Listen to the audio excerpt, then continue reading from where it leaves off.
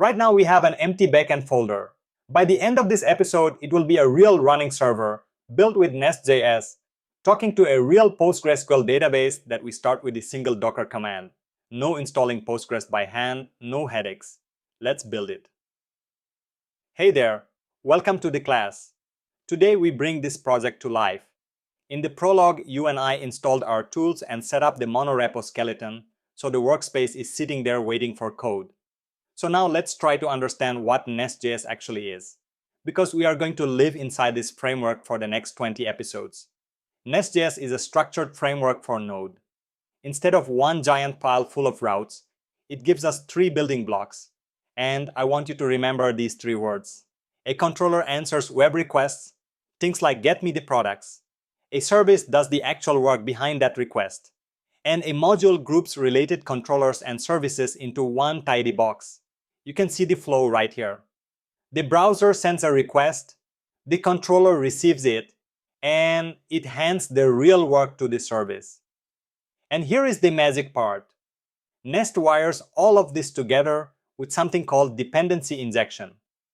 We never create these classes by hand. We just ask for what we need, and behind the scene, Nest hands it to us. That structure is exactly why big Nest apps do not turn into spaghetti. Let's go ahead and scaffold the backend. One command, right here from the repo root. npx runs the Nest CLI without a global install. New backend tells it to generate a fresh project inside our backend folder, and we pass 2 flags. Skip get, because we are already inside a Git repository and we do not want a nested one. And package manager npm, so it does not stop to ask us questions. Now watch the output. The CLI creates the whole starter project for us. A package.json for the backend itself, a Nest CLI JSON, 2 TypeScript configs, and a small src folder with 4 files we are going to tour in a moment. Then it runs the install, so give it a minute. While that runs, look at the root package.json on your screen. This is the file we created in the prologue. The workspaces array right here tells npm that backend is a workspace, which means its packages get installed into one shared node modules folder at the root. And the dev backend script is our remote control. From the root, we can boot the backend without ever changing directories. The front-end workspace will join this array later in the season when we get to React. For now, our monorepo has exactly 1 citizen, and that citizen just got a whole lot less empty. Right. The scaffold is done, so let's see what Nest actually generated for us. So now let's try to understand what the CLI gave us. Starting with the heart of every Nest app, the module. Open app and module.ts inside src. It is a tiny file, but it introduces the most important pattern in Nest.js. App module itself is just an empty class. All the information lives in this add module decorator right here. A decorator is a function that attaches metadata to a class. That is what the add sign means. And Nest reads that metadata to assemble the whole application. Inside it, we have 3 arrays. Imports is where other modules plug in. It is empty for now, but not for long. Controllers lists every controller this module owns, so app controller is registered right here. And providers lists the classes Nest should create and inject for us. In other words, our services, so app service lives there. This is the grouping idea from our diagram. One module, and inside it, the controller that answers requests plus the service that does the work. When the app grows, we will not pile everything into this one file. We will create a products module, an auth module, an orders module, each one its own tidy box, and they will all plug into this imports array. That is how a Nest project stays organized at 200 files. 1 box per feature, and every box declares exactly what it owns. Keep this file in the back of your mind, because we are coming back to it before the end of this very episode. Here are the other 2 files, and I put them side by side because they are a team. Look at the controller first.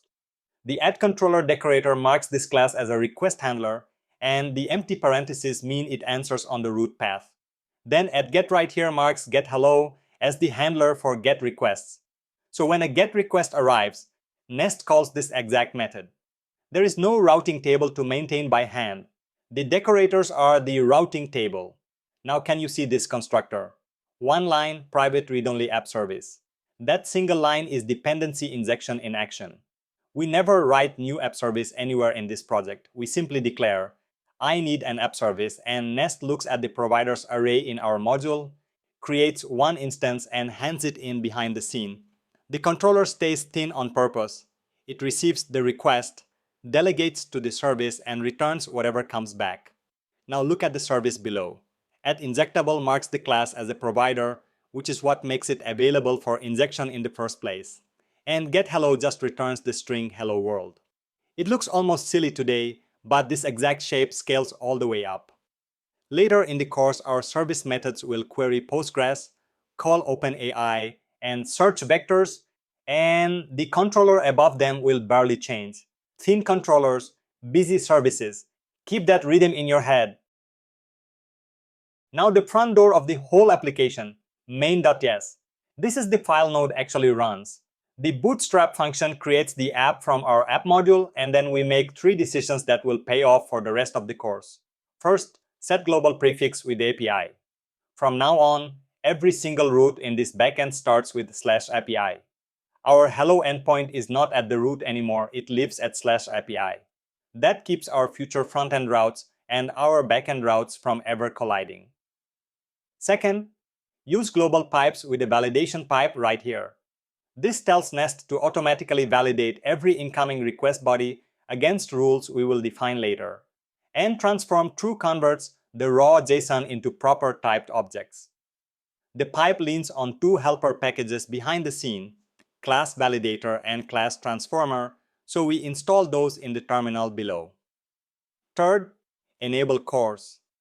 Browsers block requests between different origins by default, and our React frontend will run on port 5173 while this server runs on port 3000. This line tells the browser, requests from localhost 5173 are welcome here. That is CORS, and setting it now means no mystery errors when the frontend arrives. Finally, we listen on process env port if it is set and fall back to 3000. 12 lines, and our server already behaves like a production app. Our secrets and settings live in the .env file at the repo root, the one we created in the prologue. Database passwords, API keys, all of it will live there, shared by the whole monorepo. So let's teach Nest to read it. We install the official config package into the backend workspace, and then, right here in the imports array, our first real module plugs in. Config module.for root takes options, and the important one is env file path. Pay close attention to this line because it is the #1 gotcha of the episode. By default, Nest looks for .env in the folder where the process runs, but our file is not there. It is at the monorepo root. So we build the path ourselves. Path.resolve with _ their name, then up 2 levels. And why 2 levels? Because TypeScript compiles into a dist folder. At runtime, this file lives at backend/dist. So 1 level up is backend, and 2 levels up is the repo root, exactly where our .env sits. If your variables ever come back undefined, check this path first. Nothing to worry, it is almost always that. The second option is global true, means any module in the app can read configuration without importing config module again. Set it once, use it everywhere. Nothing in the app consumes these values yet, but next episode Prisma will, so the plumbing is ready. Now for the database, and I promise you, we are not installing Postgres by hand. No installers, no system services, no cleanup pain. Instead, we describe what we want in a file and Docker makes it real. Create docker compose.yml at the repo root, and let's walk through it line by line. Under services, we declare one service called Postgres. The image line says which software to run. Postgres version 16 on Alpine Linux, which is a tiny lightweight base. Container name gives the running container a friendly name, e-commerce Postgres, so we can spot it easily. The environment block right here is read by Postgres on first boot. It creates a database called e-commerce, a user called Postgres, and sets the password. These are local development credentials, so simple is fine.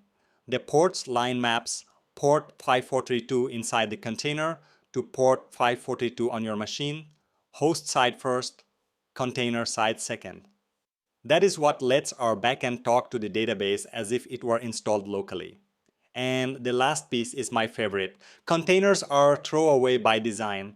So when a container is deleted, everything inside it disappears. The volumes line mounts a named volume, Postgres data, over the folder where Postgres keeps its files. Your data now lives in that volume, not in the container, so it survives restarts and even deletion. One file, 12 lines, one real database. Before we run the command, let's slow down for a second and understand what is about to happen behind the scene. Because once you see this flow, Docker stops feeling like magic. When you type docker compose up, the Docker engine reads our YAML file and treats it as a wish list. It sees we want a Postgres service based on the Postgres 16 Alpine image. So first it checks whether that image already exists on your machine. If not, it downloads it from Docker Hub once. Every run after that uses the cached copy, which is why the first launch takes a minute and every other launch takes seconds. From that image, the engine creates a container, which you can think of as a small isolated box with Postgres already installed and configured inside.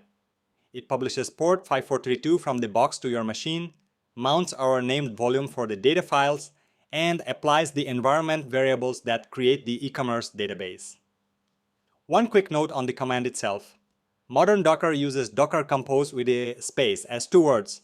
If you see Docker-Compose with a hyphen in an older tutorial, that is the legacy standalone tool. The space form is the one we use in this course. Same idea, newer plumbing. And this exact flow is how we will run OpenSearch later in the course too, so it pays for itself many times over.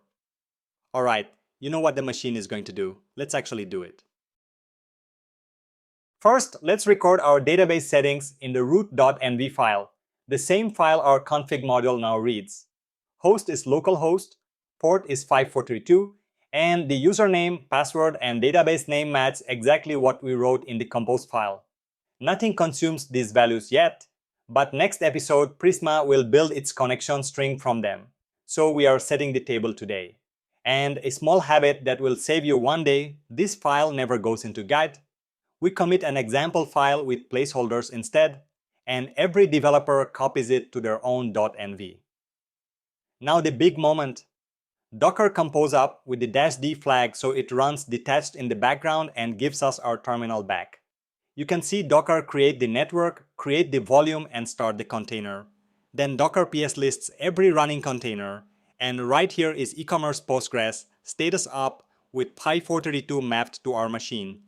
That is a real PostgreSQL server running on your laptop, and you did not install a thing. One gotcha before you celebrate. If Docker complains that port 5432 is already allocated, some other Postgres is already running on your machine, maybe from an old project or a system install. Either stop that one or change the host side of the ports mapping in the compose file, the number on the left. Perfect. Database up. Now let's wake up the server. Time to boot. From the repo root, we run npm run dev backend, and you can see the relay raised in the terminal. The root script calls start dev inside the backend workspace and start dev right here in the backend package. JSON runs Nest. Start with the watch flag. Watch mode is your best friend during development. Nest compiles the TypeScript, keeps an eye on every file, and the moment you save a change, it recompiles and restarts automatically. No manual restarts for the rest of this course. Now read the startup banner with me because this banner is telling you a story. Nest Factory starts the application. Then the instance loader initializes our modules one by one, and look, config module dependencies initialized. That is our .env plumbing from earlier, alive and loaded. Then the part I love, Roots Resolver announces app controller, and look at the path next to it, /API. Our global prefix from main.ts is doing its job. Router Explorer then maps one route get on /API. That is our getHello method, registered and reachable. And finally, Nest application successfully started. So right now on this machine, there is a database container humming in the background and a NestJS server watching for requests. Two separate processes, not talking to each other yet. There is only one thing left to do. Let's send it a request. This is the checkpoint, so let's fire a real request at our server, a get to localhost 3000/API. You can open this in any browser, but I am using an API client here because this is how we will test every endpoint we build this season, and it shows us the details a browser hides. Look at the response, status 200, okay, and the body says hello world. Beautiful.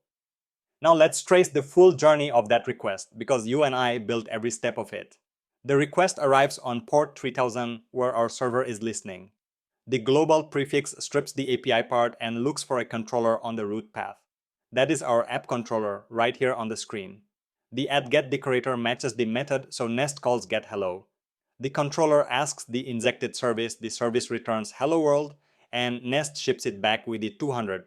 Controller, service, module, dependency injection, all of it working together on a real request. And if you got a connection refused error instead, nothing to worry. It almost always means the server is not running. So check the terminal from the previous step and make sure the watch process is still alive. That is it. The checkpoint from the start of the episode is green. Server responds, database runs, and every line of it came from your keyboard. Take a screenshot if you want, because this little hello world is the seed of the whole platform. Take a second and look at what you have running right now. A real NestJS server with a clean structure, a global API prefix, validation switched on, and course ready for the front end we have not even built yet, a configuration system reading the .env at the root of our monorepo, and a real PostgreSQL database running in Docker with its data safely tucked into a volume. You did not install Postgres by hand, and honestly, that Docker trick alone will save you hours for the rest of your career. Every project you touch from now on, you can spin up a database in one command and throw it away just as easily. And you understand the three words that make Nest tick. Controllers answer requests, services do the work, modules keep the boxes tidy. If this is finally the backend course that explains things instead of just typing fast, do me a favor and subscribe because you and I are just getting started. Also, drop a comment and tell me what database have you used before, if any. I read every single one. Here is where it gets exciting. Right now, the server and the database are two strangers living on the same machine. In the next episode, Prisma and your first table, we introduce them, we connect NestJS to Postgres, define our very first data model, and run our first migration. That is where this becomes a real application. Great work today. See you in the next one.